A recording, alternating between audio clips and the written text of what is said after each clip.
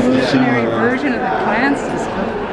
Well, everything would have evolved. We would always have evolved into something. You know, our government, our way of governing would have evolved, and especially if Europeans came over here, we'd eventually evolve into something else with our clan system, with our way of governing, not just the thing that is presented to us as which we have now, the tribal council system. Yeah, I think that, well, as I said, were you here? You heard me say that we were governed by a clan system of 7 hereditary chiefs, and they would bring 45 or so there was the circle was wider and more inclusive. You know, so your evolutionary version, or is that venison?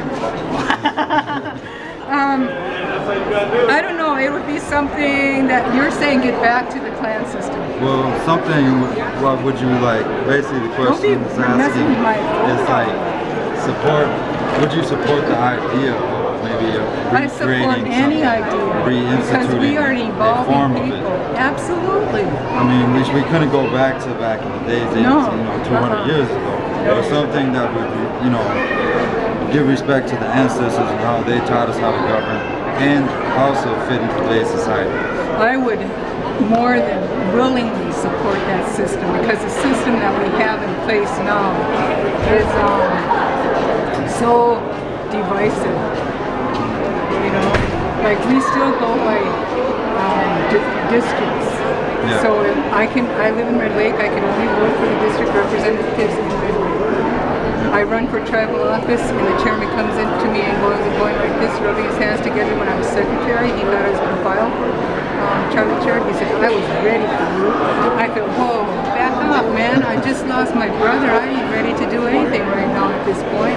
But why is it, you were going to run against me? I said, no. It would be for the position of chair. It wouldn't be against any. Some guy from the Star Tribune called me up. Oh, you're running against us? I said, hey, wait a minute. I ain't running against nobody. I'm running for. Oh, that's the unique way of looking at it. I said, that's more in tune with our Anishinaabe way.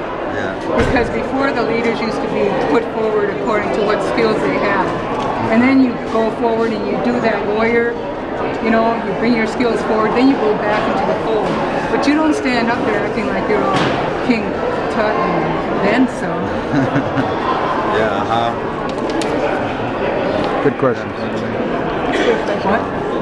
I'm not referring to anybody in particular. I'm just saying that the current system is a hierarchy and not a circle. So right now the status of our sovereignty. See, this question down here is asking, what would you do, or what would be your move to move Red Lake forward in regaining true sovereignty? And right now our status is that we have to answer to the federal government. Domestic dependent nations, yes. Domestic, yes, I studied that in sovereignty in the MTAG program. But one of the things that my uncle Roger Jordan did tell me always to be aware of is that plenary power. Plenary power, plenary power is absolute and total power over the tribes. But there's nothing in the Constitution that has anything to say that Congress has plenary power over our people. In order to be a sovereign nation, you gotta think sovereign. You gotta be sovereign. You gotta act sovereign. You don't just go flaunting the damn word around and say, we're a sovereign nation. When you're sovereign, you don't say that. I'm tired of having to beg the United States government. It ain't begging, it's asking politely, maybe forcefully, for our just dues through treaty. It ain't begging. If you even have that in your vocabulary as a decolonized mind, as a sovereign, independent thinking mind, then you don't have that in your vocabulary. Begging isn't part of your realm, part of your being. It ain't part of mine. Hope it ain't part of yours. Are yours? So good.